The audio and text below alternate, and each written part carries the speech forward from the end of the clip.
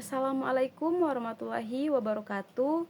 Perkenalkan, nama saya Hayati Arifin, mahasiswa semester 1 dari Fakultas Tarbiyah dan Ilmu Perguruan Manado, kelas 1B dengan NIM 25125018. Tujuan saya membuat video ini untuk memenuhi tugas mata kuliah agama dan sains oleh dosen pengampu Bapak Syamsul Bahari Mamonto, SPD, MPD.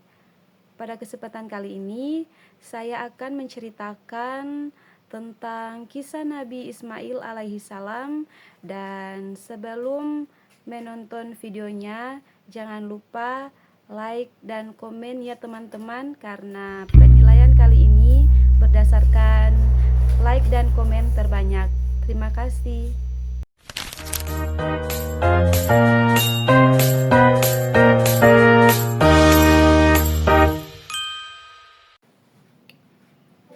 Nabi Ismail alaihissalam adalah putra dari Nabi Ibrahim alaihissalam dan istrinya Siti Hajar. Nabi Ibrahim telah lama berdoa kepada Allah untuk diberikan keturunan yang soleh. Karena beliau dan istrinya Siti Sarah sudah lama menikah namun tidak dikaruniai anak.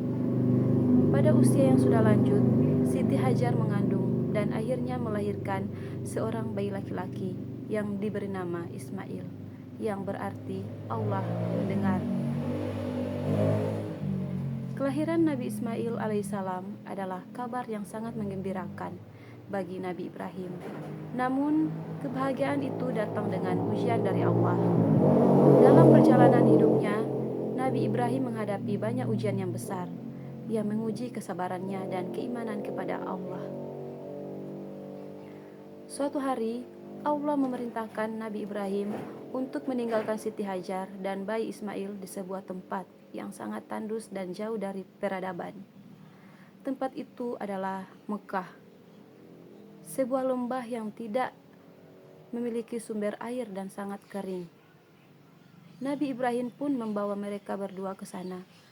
Meskipun ia sangat berat hati karena harus meninggalkan istri dan anaknya di tempat yang tidak dikenal dan tanpa sumber kehidupan. Setelah meninggalkan mereka dengan sedikit bekal makanan dan air, Nabi Ibrahim kembali ke tempat asalnya. Siti Hajar yang ditinggalkan di lembah itu sempat merasa bingung dan bertanya kepada suaminya, "Wahai Ibrahim, apakah ini perintah Allah?"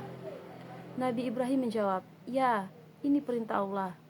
Siti Hajar yang sangat taat kepada Allah pun berkata, "Jika ini perintah Allah, maka Allah tidak akan menyanyiakan kita." Walau berlalu dan bekal yang mereka bawa pun habis, Nabi Ismail mulai menangis karena kehausan, dan Siti Hajar sangat khawatir. Ia kemudian berlari dari Bukit Safa ke Bukit Marwah sebanyak 7 kali untuk mencari air, tetapi ia tidak menemukan apapun. Ketika ia kembali, tiba-tiba ia melihat air memancar keluar dari kaki Nabi Ismail yang sedang duduk di tanah.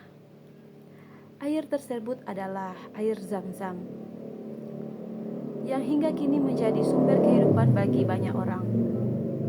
Siti Hajar segera menampung air tersebut, dan dengan rahmat Allah, Mekah menjadi tempat yang kemudian dihuni oleh banyak orang berkat air Zam-Zam. Nabi Ismail alaihissalam tumbuh menjadi pemuda yang sangat soleh, namun berbakti kepada orang tuanya dan patuh kepada Allah Subhanahu wa ta'ala. Nabi Ibrahim alaihissalam sering mengunjungi Mekah dan menjenguk anak dan istrinya. Suatu hari, Allah memerintahkan Nabi Ibrahim untuk melakukan ujian besar yang sangat berat. Ia harus menyembelih putranya, Nabi Ismail alaihissalam, sebagai bentuk ujian ketakwaan.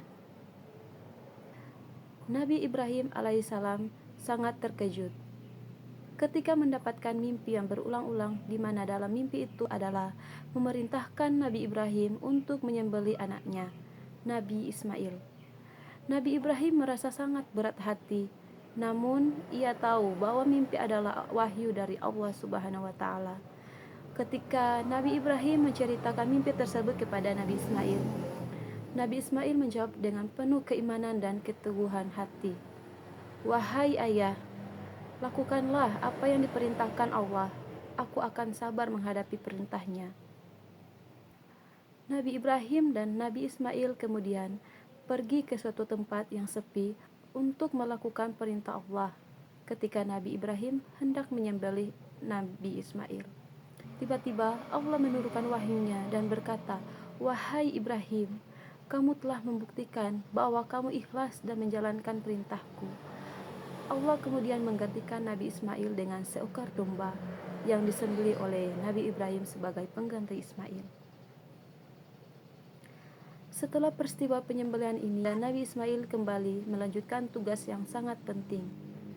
Mereka membangun Ka'bah di Mekah sebagai rumah ibadah pertama untuk menyembah Allah Subhanahu wa taala.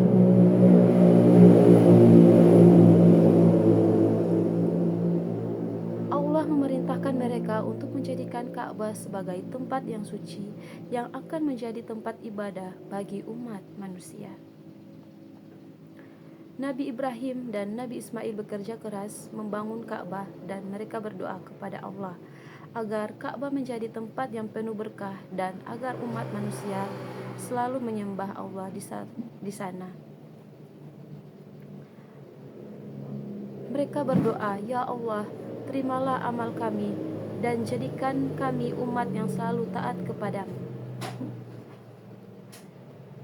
Nabi Ismail alaihissalam terus berdakwah kepada masyarakat Arab.